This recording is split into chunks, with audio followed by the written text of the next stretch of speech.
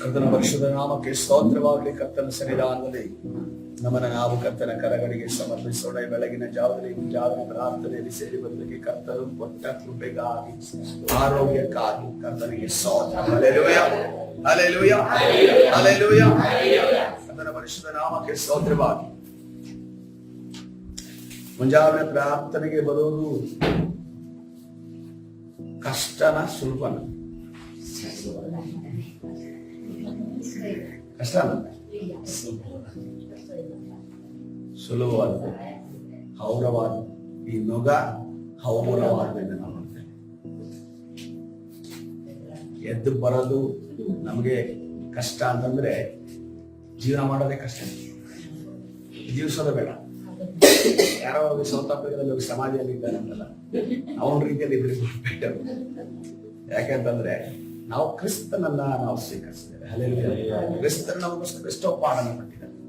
ಆ ಪಾಠನ ಪಟ್ಟಿದಂತ ಕ್ರಿಸ್ತನನ್ನ ಹಿಂಬಾಲಿಸುವ ನಮಗೆ 1-2 ಗಂಟೆಗಳ ನಿದ್ದೆಯನ್ನ ಹಿಂದೆ ತರುವುದಕ್ಕೆ ನಮಗೆ ಕಷ್ಟವಾದ್ರೆ ಅದನ್ನ ಏನ್ ಅನ್ಬೇಕು ನನಗೆ ಗೊತ್ತಿಲ್ಲ.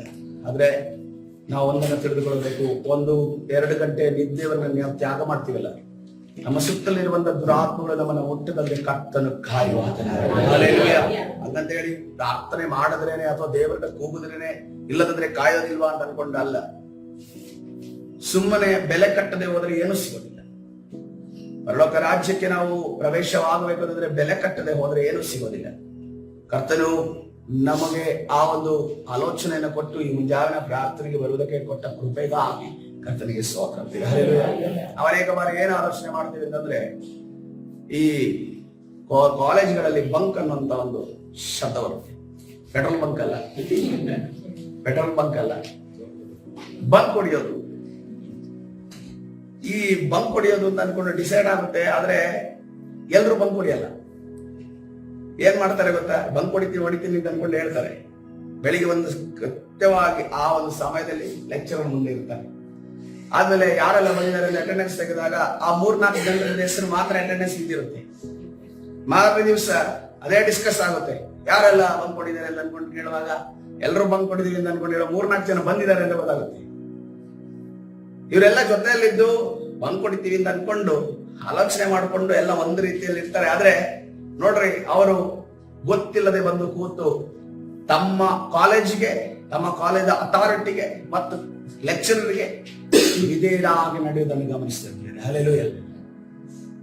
ಅದಕ್ಕೋಸ್ಕರವಾಗಿ ಒಂದನ್ನು ನೆನಪಿನಲ್ಲಿ ಇನ್ನೊಂದು ಪಂಗಡ ಇದೆ. ಅವ್ರು ಗೇಟ್ ಹತ್ರ ನಿಂತಿರ್ತಾರೆ. ಯಾರೆಲ್ಲ ಒಳಗಡೆ ಹೋಗ್ತಾರೆ ಅಂತ ಅನ್ಕೊಂಡು ನೋಡ್ತಾ ಇರ್ತಾರೆ. ಯಾರು ಜಾಸ್ತಿ ಜನ ಹೋಗ್ಲಿಲ್ಲ ಅಂತಂದ್ರೆ ಸೀದಾ ಮನೆಗೆ ಹೋಗೋಣ, ಇಲ್ಲ ಅಂತಂದ್ರೆ ಒಳಗಡೆ ಹೋಗೋಣ. ಈ ಯಾವ ಪಂಗಡವು ನಾವು ಇರಬಾರದು. ನಾವು ದೇವರಿಗೆ ವಿಧೇಯರಾಗಿ ನಡೆಯುವ. ಹಲ್ಲೆಲೂಯಾ. ನಮ್ಮಲ್ಲೊಂದು ನಾವು ತವಕ್ಕ ದೇವರಲ್ಲಿ ಪ್ರೀತಿ ಇರುವುದಾದ್ರೆ ನಮ್ಗೆ ಯಾವ ನಿರ್ಬಂಧ ಇರೋದಿಲ್ಲ, ಯಾವ ಕಂಡೀಷನ್ಸ್ ಬೇಡ. ಕರ್ತನ ಸನ್ನಿಧಾನದಲ್ಲಿ ಆಟೋಮೆಟಿಕಲಿ ಬಂದು ಕೂತು ನಾವು ಆರಾಧನೆಯನ್ನು ಮಾಡ್ತೀವಿ. ಹಲ್ಲೆಲೂಯಾ. ಕರ್ತನ ಪರಿಶುದ್ಧ ನಾಮಕ್ಕೆ ಸ್ತೋತ್ರವಾಗಲಿ. ಇವತ್ತಿನ ದಿವಸ ವಾಕ್ಯ ಧ್ಯಾನಕ್ಕೋಸ್ಕರವಾಗಿ ಆದಿಕಾಂಡ 33ನೇ ಅಧ್ಯಾಯ 12ನೇ ವಚನಕ್ಕೆ ನಾವು ಸತ್ಯವೇದವನ್ನು ತಿರುಗಿಸೋಣ. ಇಲ್ಲಿ ಹಿನ್ನೆಲೆ ನಮಗೆಲ್ಲರಿಗೂ ತಿಳಿದಿದೆ. ಚಿರಪರಿಚಿತವಾದ, ಅನೇಕ ಬಾರಿ ಸಂದೇಶವನ್ನ ಕೇಳಿರುವಂತ, ಅನೇಕ ಬಾರಿ ಸತ್ಯವೇದವನ್ನು ಓದಿರುವಂತ ಒಂದು ಸಂದರ್ಭ ಅಲ್ಲಿದೆ. ಏನ ಸಂದರ್ಭ? ಬಿಚ್ಚಡೆ ಬಾಯ್ ಜುಡ್ಗೈ ಅಂತ ನೋಡ್ತೇವೆ. ಏನಾಗಿದೆ? ದೂರ ದೂರ ಆಗಿರುವಂತ ಅಣ್ಣ ತಮ್ಮಂದಿರು ಆ ಸ್ಥಳದಲ್ಲಿ ಬಂದು ಒಂದಾಗ್ತಾರೆ. ಮಧ್ಯದಲ್ಲಿ ವೈರತ್ವ ಇತ್ತು, ಸಿಟ್ಟಿತ್ತು, ದ್ವೇಷ ಇತ್ತು, ಕೊಲೆ ಮಾಡುವಷ್ಟಿಗೆ ಮಟ್ಟಕ್ಕೆ ಆ ಕ್ರೋಧ ಇತ್ತು. ಆ ಎಲ್ಲ ಕ್ರೋಧವನ್ನು ಮರೆತು ಅಲ್ಲಿ ಒಂದಾಗುವುದನ್ನು ಗಮನಿಸ್ತಾರೆ. ಯಾವ ರೀತಿ ಒಂದಾಗ್ತಾನೆ ಯಾಕೋಬನು? ಏಸಾವನ ಕೋಪವನ್ನ ತಣ್ಣಗೆ ಮಾಡುವುದಕ್ಕೆ ಆತನು ಮಾಡುತ್ತಿರುವ ಪ್ರಯತ್ನಗಳೇನು? ಅದು ಒಂದು ದಿವಸ ಕಲಿಯೋಣ. ಇವತ್ತಿನ ದಿವಸ ಆ ಟಾಪಿಕ್ ಹೋದ್ರೆ ಅದು ಕೆಳಗಡೆ ಬರೋದಕ್ಕಾಗಲಿಲ್ಲ. ಇವತ್ತಿನ ದಿವಸ ಈಗ ಒಂದಾಗಿದ್ದಾರೆ. ಒಂದಾಗಿ ಏನಂತಂದ್ರೆ ಒಟ್ಟಾಗಿರೋಣ, ನಾವು ಒಂದೇ ಅಪ್ಪರ ಮಕ್ಕಳು, ಒಂದೇ ತಾಯಿಯ ಉದರದಲ್ಲಿ ಜನಿಸಿದವರು, ನಾವು ಚೆನ್ನಾಗಿರೋಣ ಅಂತ ಅನ್ಕೊಂಡು ಆಲೋಚನೆ ಮಾಡಿ 12ನೇ ವಚನ, ತರುವಾಯ ಏಸಾವನು ನಾವು ಮುಂದಕ್ಕೆ ಪ್ರಯಾಣವನ್ನು ಬೆಳೆಸೋಣ, ನಾನು ಮುಂದಾಗಿ ಹೋಗುತ್ತೇನೆ ಅಂದ. ಏನ್ ಹೇಳ್ತಾ ಇದ್ದಾನೆ ಏಸಾವ? ಅಣ್ಣ ಏನಂತ ಇದ್ದಾನೆ? ಎಲ್ಲ ಗಿಫ್ಟ್ ಸಿಕ್ಕಿದೆ, ಎಲ್ಲ ಉಡುಗೊರೆಗಳು ಸಿಕ್ಕಿದಾಗ ಏಸಾವನು ಹೇಳ್ತಾ ಇದ್ದಾನೆ, ನಾವು ಮುಂದಕ್ಕೆ ಪ್ರಯಾಣವನ್ನು ಬೆಳೆಸೋಣ, ನಾನು ಮುಂದಾಗಿ ಹೋಗುತ್ತೇನೆ ಅನ್ಕೊಂಡು ಏಸಾವನು ಮುಂದೆ ಹೋಗ್ತಾನೆ. ಅಲ್ಲೆಲ್ಲ ಮೀಟಿಂಗ್ ಎಲ್ಲ ಆಯ್ತು, ಊಟ ಎಲ್ಲ ಆಯ್ತು, ಈಗ ಒಟ್ಟಿಗೆ ಹೋಗ್ತಾ ಇದ್ದಾರೆ. ಅದಕ್ಕೆ ಯಾಕೋಬನ ಒಂದು ಮಾತನ್ನು ಹೇಳ್ತಾನೆ, ಗಮನಿಸಿರಿ, ನನ್ನ ಮಕ್ಕಳು ಎಳೆ ಪ್ರಾಯದವರು, ಅದಲ್ಲದೆ ಈದಿರುವ ದನ ಕುರಿಗಳು ನನ್ನ ಬಳಿಯಲ್ಲಿರುವುದು ಪ್ರಭುವಿಗೆ ತಿಳಿದಿದೆ. ಒಂದೇ ದಿನ ಹೆಚ್ಚಾಗಿ ದಾರಿ ನಡೆಸಿದರೆ ಆಡು ಕುರಿಗಳೆಲ್ಲವೂ ಸತ್ತು ಹೋದವು.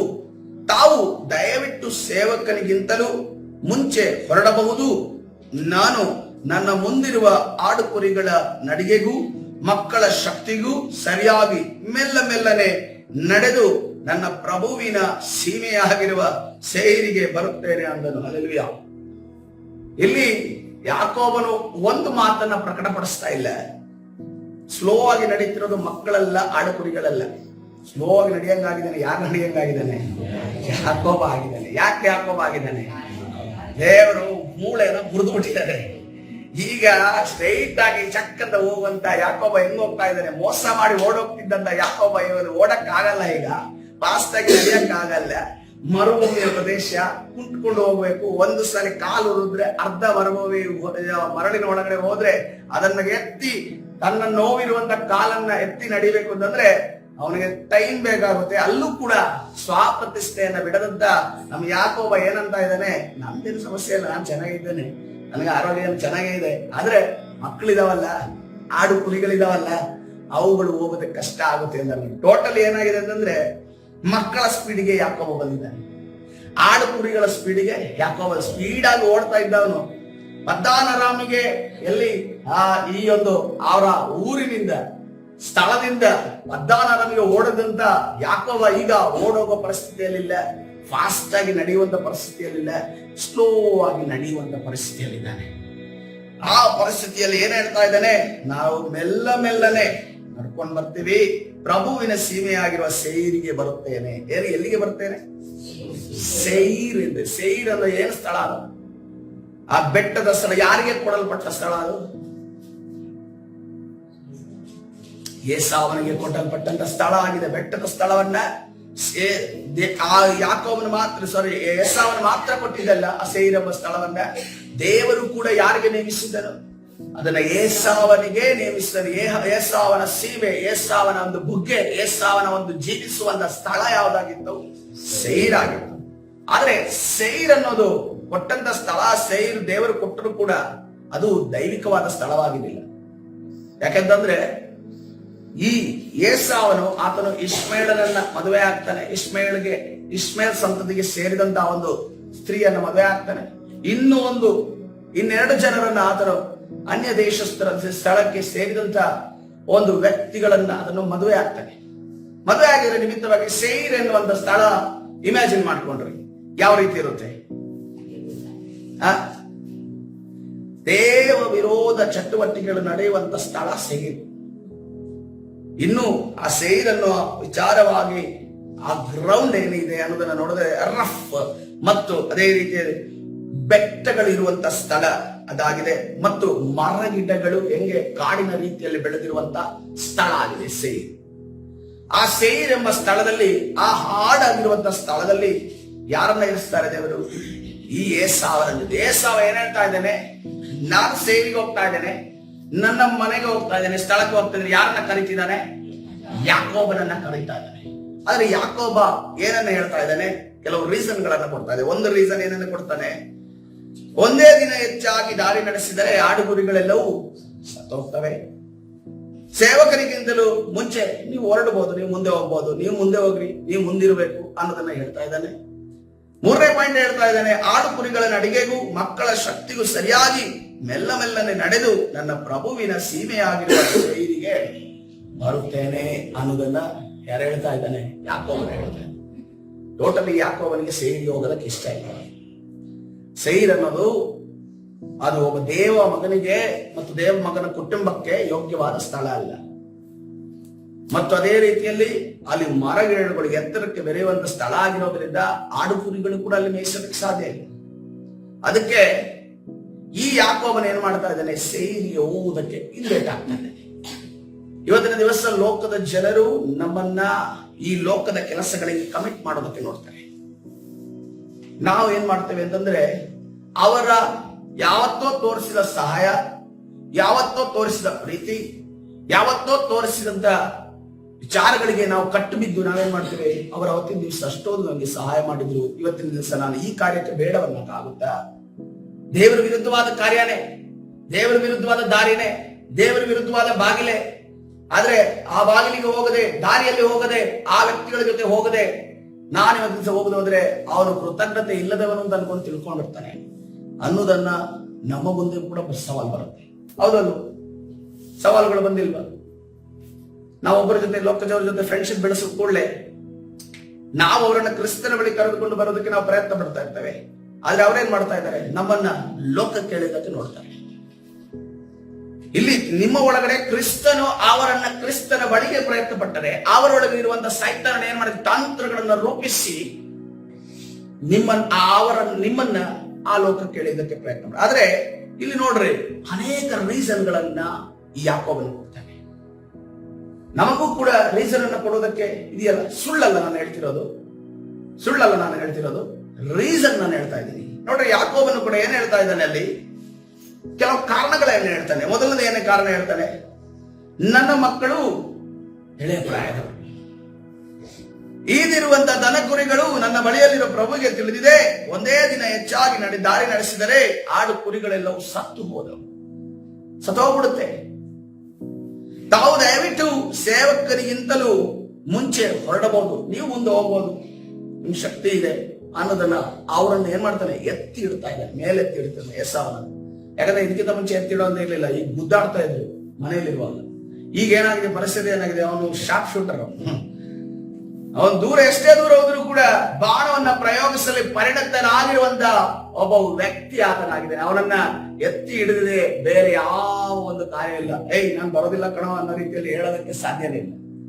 ಬರೋದಿಲ್ವಾ ನೀವು ಅಂತ ಅನ್ಕೊಂಡು ಹಿಂಗೆ ಬಾಣ ಬಿಡ್ತಾನೆ ಅಷ್ಟೇ. ಆದ ರೀತಿಯಲ್ಲಿ ಮುಂದೆ ಹೇಳ್ತಾನೆ, ನಾನು ನನ್ನ ಮುಂದಿರುವ ಆಡು ಕುರಿಗಳು ನಡಿಗೆಗೂ ಮಕ್ಕಳ ಶಕ್ತಿಗೂ ಸರಿಯಾಗಿ ಮೆಲ್ಲನೆ ನಡೆದು ನನ್ನ ಪ್ರಭುವಿನ ಸೀಮೆಯಾಗಿರುವ ಸೇರಿಗೆ ಬರುತ್ತೇನೆ ಅನ್ನೋದನ್ನ ಯಾರು ಹೇಳ್ತಾರೆ, ಯಾಕೋಬನು ಏಸಾವನಿಗೆ ಹೇಳ್ತಾನೆ. ಅನೇಕ ರೀಸನ್ಗಳನ್ನು ಕೊಡ್ತಾನೆ. ನಮಗೂ ಕೂಡ ಅನೇಕ ರೀಸನ್ಗಳಿರ್ತವೆ. ಆದ್ರೆ ನಮಗೆ ಆ ಸೈರ್ ಅನ್ನೋ ಸ್ಥಳ ನಮ್ಗೆ ಇಷ್ಟ ಆಗಿರುತ್ತೆ. ಈ ಸೊದೋಮ್ ಗೊಮೋರ ಅನ್ನುವಂತ ಸ್ಥಳ ನಮಗೆ ಇಷ್ಟ ಆಗಿರುತ್ತೆ. ಯೋರ್ದಾನ್ ಹೊಳೆಯಲ್ಲಿ ಪಕ್ಕದಲ್ಲಿರುವಂತ ಆ ಒಂದು ಸಮೃದ್ಧಿ ಮತ್ತು ಬೆಳೆ, ಬೀಜ ಬಿತ್ತನೆ ಸಾಕು ಮೊಳಕೆ ಹೊಡೆಯುವಂತ ಮತ್ತು ಸಮೃದ್ಧಿಯಾಗಿ ಬೆಳೆಯುವಂತ ಜಾಗ ನಮ್ಗೆ ಇಷ್ಟ ಆಗಿರುತ್ತೆ. ಇಷ್ಟ ಆ ಮನಸ್ಸಿನಲ್ಲಿ ಇದ್ರಿಂದ ನಾವೇನ್ ಮಾಡ್ತೇವೆ, ಯಾವ ರೀಸನ್ ಕೊಡೋದಿಲ್ಲ. ಎಲ್ಲಿ ರೀಸನ್ ಕೊಡ್ತೇವೆ ಗೊತ್ತಾ, ಬಂದು ಪ್ರಾರ್ಥನೆ ಮಾಡಿಸ್ಕೊಳ್ಳೋದಕ್ಕೆ ಬರ್ತೇವೆ. ಆ ಒಂದು ಸೇವಕರ ಬಳಿ ನಾವು ರೀಸನ್ ಕೊಡ್ತೇವೆ. ಅವ್ರು ಹಂಗಂದ್ರು, ಅವ್ರು ಹಂಗ್ ಮಾಡಿದ್ದಾರೆ, ಅದಕ್ಕೆ ನಂಗೆ ಹೋಗದೆ ಇರೋದಕ್ಕೆ ಆಗ್ತಾ ಇಲ್ಲ, ಪಾಸ್ಟರ್ ಪ್ರೇಯರ್ ಮಾಡಿ ಅನ್ನೋದನ್ನ ಹೇಳ್ತೇವೆ. ಈಗಲೂ ಕೂಡ ನಾವು ಹಿರಿಯ ವಿಶ್ವಾಸಿಗಳಾದ್ರೂ ಕೂಡ ಸೈತಾನನು ನಮಗೆ ಈ ರೀತಿಯ ಶೋಧನೆಯಲ್ಲಿ ನಮ್ಮನ್ನ ಒಳಪಡಿಸ್ತಾನ, ಈ ರೀತಿ ಇಕ್ಕಟ್ಟಿಗೆ ಸಿಕ್ಕಿಸ್ತಾನ. ನಾವು ಫೇಸ್ ಮಾಡಿದ್ದೀವಿ ಇದನ್ನ. ಕೆಲವರಿಗೆ ಫೇಸ್ ಮಾಡಿದ್ದು ಎಕ್ಸ್ಪೀರಿಯನ್ಸ್ ಇರುತ್ತೆ, ಕೆಲವರು ಫೇಸ್ ಮಾಡಿದ್ದೇ ಗೊತ್ತಾಗಲ್ಲ. ಯಾಕಂದ್ರೆ ಅವನ ಮನಸ್ಸಿಗೆ ಹೋಗಬೇಕು ಅಂತ ಅನ್ಕೊಂಡಿರುತ್ತಲ್ಲ ಒಂದು. ಎರಡನೇದಾಗಿ ಹೋದ್ರೆ ಏನಾಗುತ್ತೆ, ತಿಂದ್ರೆ ಏನಾಗುತ್ತೆ. ನೋಡ್ರಿ, ಒಬ್ಬೊಬ್ಬರ ನಂಬಿಕೆ ಮಟ್ಟ ಒಂದೊಂದು ರೀತಿಯಲ್ಲಿ ಇರುತ್ತೆ. ನೋಡ್ರಿ, ನಾವಿಲ್ಲಿ ಕೂತಿದ್ವಿ, ನಮ್ಮೆಲ್ಲರೂ ಬ್ಲಡ್ ಲೆವೆಲ್ ಸೇಮ್ ಇದೆಯಾ? ಒಂದೇ ಪಾಯಿಂಟ್ ಇದೆಯಾ? ನಮ್ಮ ದೇಹದಲ್ಲಿರುವಂತಹ ಮೂಳೆಗಳ ಶಕ್ತಿ ಒಂದೇ ರೀತಿ ಇದೆಯಾ? ನಮ್ಮ ಕಣ್ಣಿನ ದೃಷ್ಟಿ ಒಂದೇ ರೀತಿ ಇದೆಯಾ? ನಾವು ಊಟ ಮಾಡುವಂತ ಆ ಒಂದು ಆಹಾರದ ಲಿಮಿಟ್ ಒಂದೇ ರೀತಿ ಇದೆಯಾ? ಇದೆಲ್ಲ ಒಂದೇ ರೀತಿ ಇಲ್ಲ. ಹಾಗಾದ್ರೆ ಸಮಟೈಮ್ಸ್ ನಂಬಿಕೆ ಕೂಡ ಒಂದೇ ರೀತಿ ಇರೋದಿಲ್ಲ. ಸೊ ಒಂದೇ ರೀತಿ ಇಲ್ದಿರೋದ್ರಿಂದ ಅವರು ಹೋದ್ರು, ಅವ್ರು ಮಾಡಿದ್ರು ಅಂತ ಅನ್ಕೊಂಡು ಹೇಳೋದಕ್ಕಿಂತ ನನಗದ ಸಾಧ್ಯನ ನಾನು ನೋಡ್ಬೇಕು. ನಮ್ಮ ಬಗ್ಗೆ ನಮಗೆ ಗೊತ್ತಿಲ್ವಾ? ಅಲ್ಲಿದ್ರೆ ನಾನು ನಂಬಿಕೆಯಲ್ಲಿ ಉಳಿತೇನೆ ಅಂತ ಅನ್ಕೊಂಡು ನಮಗೆ ಗೊತ್ತಿದ್ರೆ, ನಮ್ಮ ಬಗ್ಗೆ ನಮಗೆ ತಿಳಿದಿದ್ರೆ, ನಾವೆಂದಿಗೂ ಕೂಡ ಅಂತ ಚಾಲೆಂಜ್ ಅನ್ನು ಮಾಡೋದಕ್ಕೆ ಹೋಗುತ್ತೆ. ಅಲ್ಲೆಲ್ವಿ ಮುಂದೆ ನೋಡುವಾಗ 15ನೇ ವಚನದಲ್ಲಿ ನೋಡ್ರಿ, ಏಸಾವನು ನನ್ನ ಆಳುಗಳಲ್ಲಿ ಕೆಲವರನ್ನು ನಿನ್ನ ಸಂಗಡ ಬಿಟ್ಟು ಹೋಗುತ್ತೇನೆ ಅನ್ನಲು ಏನಂದ್ರೆ ಒಂದು ಸಾರಿ ಇವನು ಹೋದ್ರೆ ಸಾಕು ಅನ್ನೋ ರೀತಿಯಲ್ಲಿ ಯಾಕೋಬನ ಆಲೋಚನೆ ಮಾಡ್ತಾ ಇದ್ದಾನೆ. ಆವಾಗ ಇವನೇನಂತ ಇದ್ದಾನೆ, ನೀನ್ ಟೆನ್ಷನ್ ಮಾಡ್ಕೋಬೇಡ, ನಾನೆಲ್ಲ ನೋಡ್ಕೋತೀನಿ, ನನ್ನ ಆಳುಗಳಲ್ಲಿ ಅವರು ಬೇಕಾದ್ರೆ ನಿನ್ನ ಆಡು ಕುರಿಗಳನ್ನ ನಿನ್ನ ಮಕ್ಕಳನ್ನ ಎತ್ಕೊಂಡು ಬೇಕಾದ್ರೂ ಹೋಗ್ತಾರೆ, ಅಂತ ಪವರ್ಫುಲ್ ಅಂತ ಆಳುಗಳು ನನ್ನ ಬಳಿ, ಅವರನ್ನ ಬಿಟ್ಟು ಹೋಗ್ತಾರೆ ಅಂತ ಅನ್ಕೊಂಡು ಹೇಳಿದಾಗ ಯಾಕೋಬನು ಹೇಳಿದ ಮಾತು ನೋಡ್ರಿ, ಈ ರೀತಿಯ ಮಾತುಗಳನ್ನ ಹೇಳಿ ನಿಮಗೆ ಆ ಪರಿಸ್ಥಿತಿಗಳನ್ನು ತಪ್ಪಿಸಿಕೊಳ್ಳುವುದಕ್ಕೆ ನೀವು ನಿಲ್ಲೋದಾದ್ರೆ ದೇವರು ನಿಮ್ಮ ಪಕ್ಷದಲ್ಲಿ ನಿಲ್ಲುವಾತನಾಗಿದೆ. ಹಲ್ಲೆಲೂಯಾ. ಅದೇಕೆ ತಮ್ಮ ದಯೆ ನನ್ನ ಮೇಲಿದ್ದರೆ ಸಾಕು ಅಂತ ಅನ್ಕೊಂಡು ಹೇಳ್ತಾನೆ. ನಿಮ್ ದಯೆ ನಮ್ಮ ಮೇಲಿದ್ರೆ ಸಾಕು, ಅಷ್ಟೆಲ್ಲ ಕಾರ್ಯಗಳನ್ನು ಮಾಡಕ್ ಹೋಗಿರ್ಲಿ. ನಾನು ನಿಮ್ಮ ಹತ್ರ ಒಂದಾಗ ಬಂದಿರೋದಿದೆಯಲ್ಲ, ಅದೇ ದೊಡ್ಡ ಸಾಧನೆ ನಂದು. ಇನ್ನು ಒಟ್ಟಿಗೆ ಹೋಗಿ ಜೀವನ ಮಾಡೋದಿದೆಯಲ್ಲ, ಆ ಸಾಧನೆಗೆ ನಾನು ಕೈ ಹಾಕಕ್ ಹೋಗೋದೇ ಇಲ್ಲ. ನಾನು ಹಿಂದೆ ಉಳ್ಕೊತೀನಿ, ಮುಂದೆ ಹೋಗ್ಬಿಡಿ, ನಿಮ್ ಜೀವನ ನೀವು ಮಾಡ್ಕೋಬಿಡಿ. ನೀವು ಬಿಲ್ಲು ಬಾಣವನ್ನು ಅನ್ಕೊಂಡು ಬಿಟ್ಕೊಂಡು ಬೇಟೆ ಆಡ್ಕೊಂಡು ನೀವು ಮಾಡ್ಬೇಡಿ. ದೇವರು ನನಗೆ ಬಿಲ್ಲು ಬಾಣ ಬೇಟೆ ಮಾಡೋದಕ್ಕೆ ಇಟ್ಟಿಲ್ಲ. ನಾನು ಕೂತಲ್ಲಿಯೇ ಪ್ರಾರ್ಥನೆ ಮಾಡುವಾಗ ನನ್ನ ದೇವರು ಉತ್ತರವನ್ನ ಕೊಡ್ತಾನೆ, ಆಹಾರವನ್ನ ಕೊಡ್ತಾನೆ. Hallelujah, hallelujah. ಮೋಶೆಗೆ ಹೇಳ್ತಾನೆ, ಇವರಿಗೆ ಲಾವಕ್ಕಿಗಳನ್ನ ತಂದು ಕೊಡುವುದು ಅನ್ಕೊಂಡು ಹೇಳಿದ್ರೆ ಮೋಶೆ ಹೇಳ್ತಾನೆ, ನಾವೀಗ ಹೋಗಿ ಎಲ್ಲಿಯಾದ್ರೂ ಹೋಗಿ ಬೇಟೆಯಾಗಿ ತಡೋಣ ಅಂತ ಅನ್ಕೊಂಡು ಕೇಳ್ತಾನೆ. ನಾನಿವರಿಗೆ ತಾಯಿನ, ನಾನಿವರನ್ನ ಕರ್ಕೊಂಬಂದ, ನಾನಿವರನ್ನ ಹುಟ್ಟಿಸುತ್ತ, ನಾನಿವರನ್ನ ಉಂಟು ಮಾಡದ್ನ ಅಂತ ಕೇಳುವಾಗ ಕರ್ತನೆ ಹೇಳ್ತಾ ಇದ್ದಾನೆ, ಲಾವಕ್ಕಿಗಳನ್ನು ನಾನ್ ತರ್ತೀನಪ್ಪ. ಹಲ್ಲೆಲೂಯಾ. ಲಾವಕ್ಕಿಗಳನ್ನು ಉಂಟು ಮಾಡಿದವನು ಯಾರು? ಹಲ್ಲೆಲೂಯಾ. ಹಕ್ಕಿಗಳನ್ನ ಇವತ್ತಿನ ದಿವಸ ನಮ್ಮ ಕೊರತೆಗಳು ಯಾವ ಇದಾವೋ ಅದನ್ನೆಲ್ಲವನ್ನ ಉಂಟು ಮಾಡಿದ ಆತನು ದೇವರಾಗಿದ್ದಾನೆ.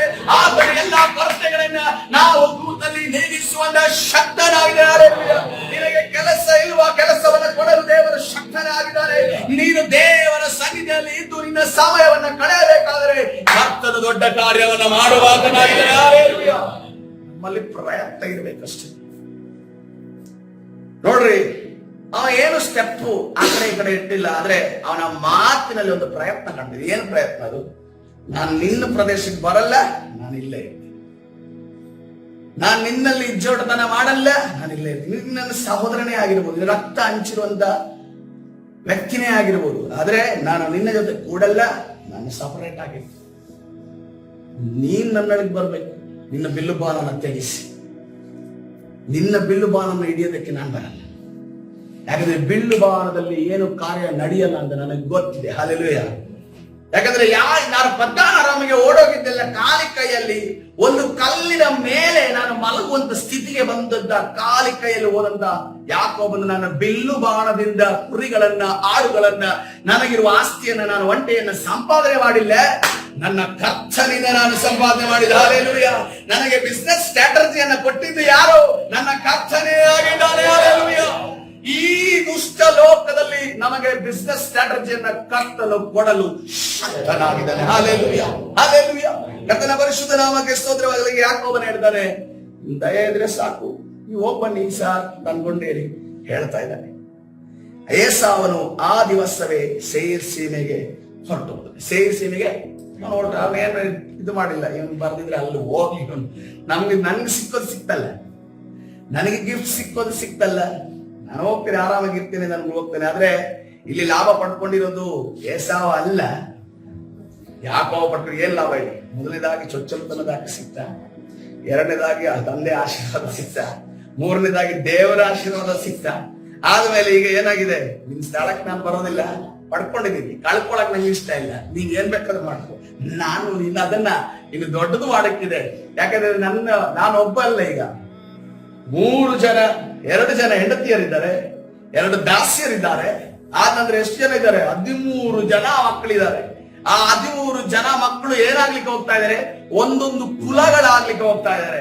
ಆ 13ರಲ್ಲಿ ಒಂದು ಕಳೆದೋಯ್ತು ಬಿಡ್ರಿ, ಆದ್ರೆ 12 ಕುಲಗಳು ಅದು ಆಗ್ಲಿಕ್ಕೆ ಹೋಗ್ತಾ ಇದಾರೆ. 12 ಕುಲಗಳು 12 ದೊಡ್ಡ ಪಂಗಡವಾಗಿ ಒಂದು ಜನಾಂಗವಾಗಿ ಮಾರ್ಪಡುವಾಗ ನನ್ನ ಮಕ್ಕಳಿಗೋಸ್ಕರ, ನನ್ನ ಕುಲಗಳಿಗೋಸ್ಕರ, ನನ್ನ ಜನಾಂಗಕ್ಕೋಸ್ಕರವಾಗಿ ನಾನು ಅನೇಕ ಕಾರ್ಯವನ್ನ ಮಾಡೋದಿದೆ. ನಿನ್ನ ಜಾಗಕ್ಕೆ ಬಂದ್ರೆ, ಆ ಬಂಡೆಕಲ್ಲಿರುವಂತ ಸ್ಥಳಕ್ಕೆ ಬಂದ್ರೆ, ಆ ಮರಗಳಿರುವಂತ ಸ್ಥಳಕ್ಕೆ ಬಂದ್ರೆ, ಆ ಒಂದು ದೇವರಿಗೆ ಆರಾಧನೆ ನಡೆದಿರುವಂತ ಜಾಗಕ್ಕೆ ಬಂದ್ರೆ, ದೇವರಿಗೆ ಪ್ರಾರ್ಥನೆ ನಡೆದಿರುವಂತ ಜಾಗಕ್ಕೆ ಬಂದ್ರೆ, ದೇವರನ್ನ ಸ್ತುತಿ ಮಾಡದಿರುವಂತ ಜಾಗಕ್ಕೆ ಬಂದ್ರೆ, ನಾನು ಇದನ್ನೆಲ್ಲವನ್ನ ಕಳೆದುಕೊಳ್ಳಬೇಕಾಗುತ್ತೆ. ಅದಕ್ಕೋಸ್ಕರವಾಗಿ ನಾನು ಅಲ್ಲಿಗೆ ಯಾಕೆ ಹೇಳಿ, ಶೆಕೆಮಿಗೆ ತನ್ನ ಮಗಳನ್ನ ಅವರು 13 ಜನ ಒಟ್ಟಿಗೆ ಜೀವನ ಮಾಡ್ತಿರೋ ಶೆಕೆಮಲ್ಲಿ ಏನಾಯ್ತು? ಆ ಶೆಕೆಮ್ ಅನ್ನೋದು ಅದು ದೇವರಿಗೆ ಭಯ ಇಲ್ಲದ ಸ್ಥಳ ಆಗಿತ್ತು. ಯಾಕೋಬನಲ್ಲಿ ಹೋಗ್ತಾನೆ, ತನ್ನ ಒಬ್ಬ ಹೆಣ್ಣು ಮಕ್ಕಳು. ಆಲೋಚನೆ ಮಾಡ್ರಿ, 12 ಜನ ಅಣ್ಣಂದ್ರು, ಒಬ್ಬಳು ಹೆಣ್ಣು ಮಕ್ಕಳು, ಒಬ್ಬಳು ತಂಗಿ. ಪ್ರೊಟೆಕ್ಷನ್ ನೋಡ್ರಿ, ಆಲೋಚನೆ ಮಾಡಿ, ಇಬ್ಬರೇ ಇಡೀ ಪಟ್ಟಣ ಹಾಳು ಮಾಡಿ ಅಲ್ಲಿ ಧೂಳೆಬ್ಸುವುದು. ಲೇವಿ ಮತ್ತು ಸಿಮೆಯೋನ್ ಇಬ್ಬರೇ ಹೋಗಿ ಅಲ್ಲೆಲ್ಲ ಚಿಂದಿ, ಅಲ್ಲಿಂದೆಲ್ಲ ಕೊಳ್ಳೆಗಳನ್ನು ತೆಗೆದು ಅಲ್ಲಿರುವ ಒಂದು ಗಂಡಸರನ್ನು ಸಾಯಿಸಿ ಎಲ್ಲ ಮಾಡಿ ಮುಗಿಸ್ಬಿಟ್ಟಿದ್ರು. ಆದ್ರೂ ಅವರಿಬ್ಬರ ಸಿಟ್ಟು.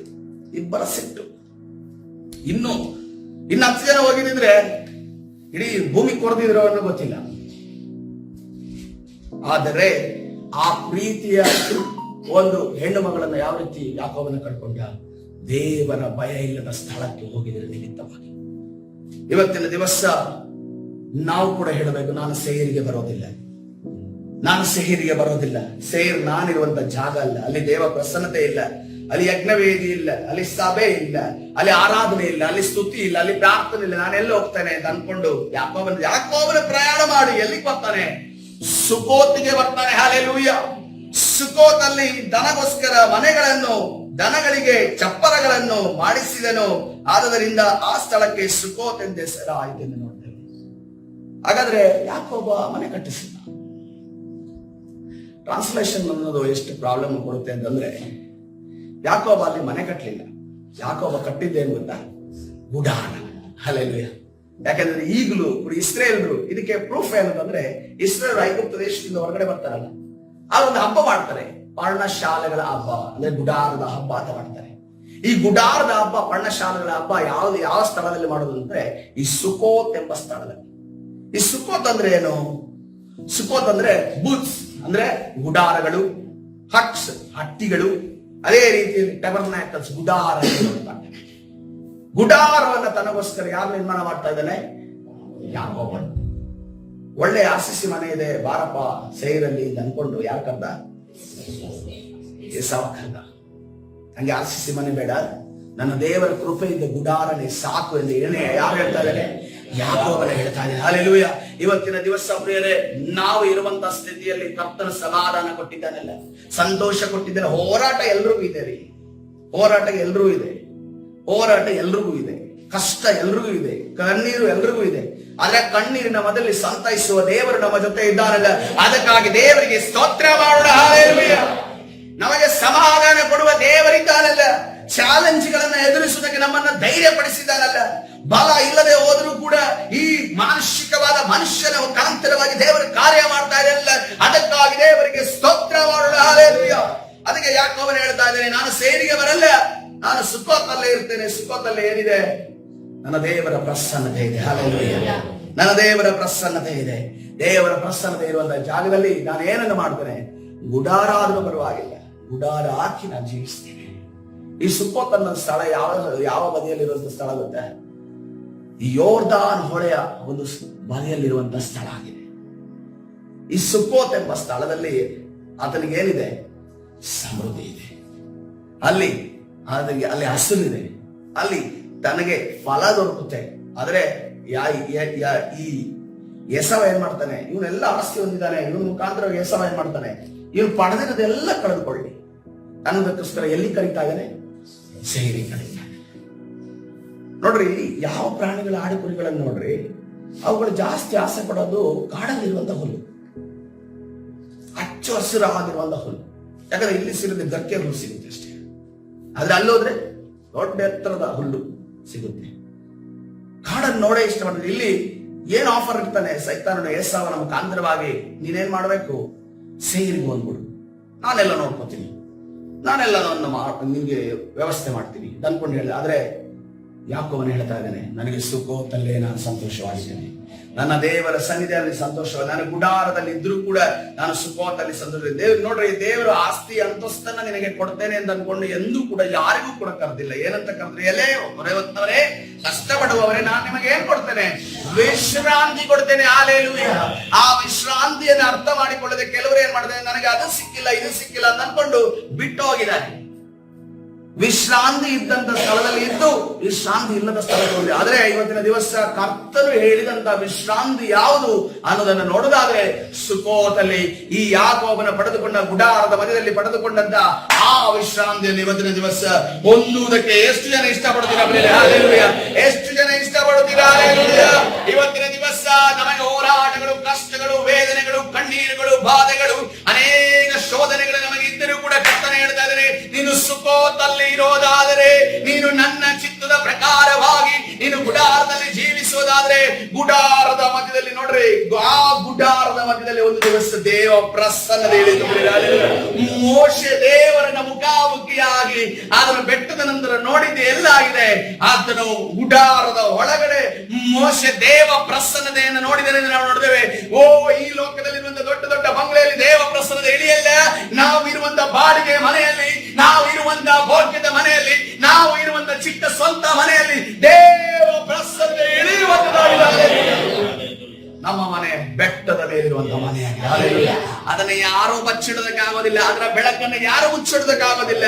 ಅದು ಬೆಳಗಿಸುವಂತ, ಅದು ಇನ್ನೊಬ್ಬರಿಗೆ ಬೆಳಕು ಕೊಡುವಂತ ಮನೆಯಾಗಿದೆ. ಅದಕ್ಕೋಸ್ಕರವಾಗಿ ಅವರು ಬಂಗ್ಲೆ ಮಾಡಿದ್ರು, ಅವರು ಇದು ಕಟ್ಟಿದ್ರು, ಕಾರ್ ತಗೊಂಡ್ರು, ಅದು ಇದು ಯಾವುದೇ ರೀತಿಯಲ್ಲಿ ಕಾರ್ ತಗೊಂಡು ಸರಿ, ಕಾರ್ ತಗೊಂಡ್ರೆ ಲೋನ್ ಕಟ್ಟಕ್ಕಾಗುತ್ತಾ?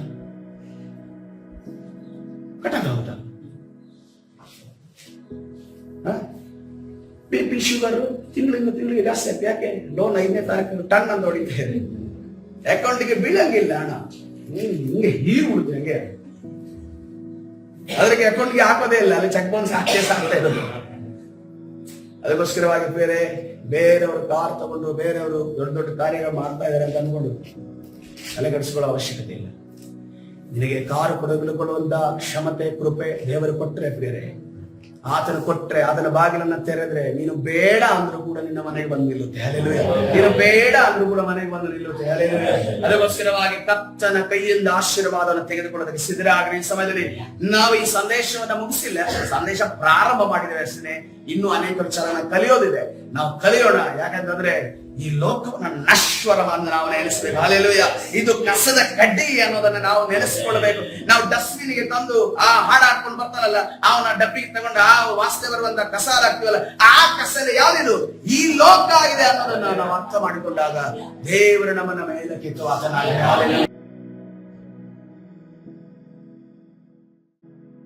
ಕರ್ತನ ಸನ್ನಿಧಿಯಲ್ಲಿ ಪ್ರಾರ್ಥನೆ ಮಾಡೋಣ. ಪರಿಶುದ್ಧನಾದ ದೇವರ ನಾಮಕ್ಕೆ ಸ್ತೋತ್ರವಾಗಲಿ. ಈ ಬೆಳಗಿನ ಜಾವದಲ್ಲಿ ಕರ್ತನೆ, ನಾವು ಸೈರಿಗೆ ಹೋಗೋದಿಲ್ಲ ಸ್ವಾಮಿ. ಕರ್ತನೆ, ಆ ಸೈರ್ ನಮ್ಗೆ ಬೇಡ ಕರ್ತನೆ, ಆ ಸೈರ್ ಬೆಟ್ಟ ನಮ್ಗೆ ಬೇಡ ಕರ್ತನೆ. ದೈವಿಕವಾದ ಭಯ ಇಲ್ದಿರುವಂತ ಆ ಸ್ಥಳಕ್ಕೆ ನಾವು ಹೋಗೋದಿಲ್ಲ. ನಮಗೆ ಕರ್ತನೆ ಸುಕೋತ ಬೇಕು ಕರ್ತನೆ. ಗುಡಾರವಾದ್ರೂ ಪರವಾಗಿಲ್ಲ ಕರ್ತನೆ, ಓ ಚಿಕ್ಕ ಮನೆ ಆದ್ರೂ ಪರವಾಗಿಲ್ಲ ಕರ್ತನೆ, ಬಾಡಿಗೆ ಮನೆ ಆದ್ರೂ ಪರವಾಗಿಲ್ಲ ಕರ್ತನೆ, ಭೋಗ್ಯದ ಮನೆ ಆದ್ರೂ ಪರವಾಗಿಲ್ಲ ಕರ್ತನೆ, ಸಾಮಾನ್ಯವಾದ ಬಟ್ಟೆ ಆದ್ರೂ ಪರವಾಗಿಲ್ಲ ಕರ್ತನೆ, ನಾವು ಧರಿಸುವಂತ ವಾಚ್ ಚಿಕ್ಕ ವಾಚ್ ಆದ್ರೂ ಪರವಾಗಿಲ್ಲ, ನಾವು ಧರಿಸುವಂತ ಮೊಬೈಲ್ ಕರ್ತನೆ ಚಿಕ್ಕ ಮೊಬೈಲ್ ಆದ್ರೂ ಪರವಾಗಿಲ್ಲ, ಅದು ನಮಗೆ ಬೇಕಾಗಿದೆ. ಅದಕ್ಕಾಗಿ ನಿನಗೆ ಸ್ತೋತ್ರ.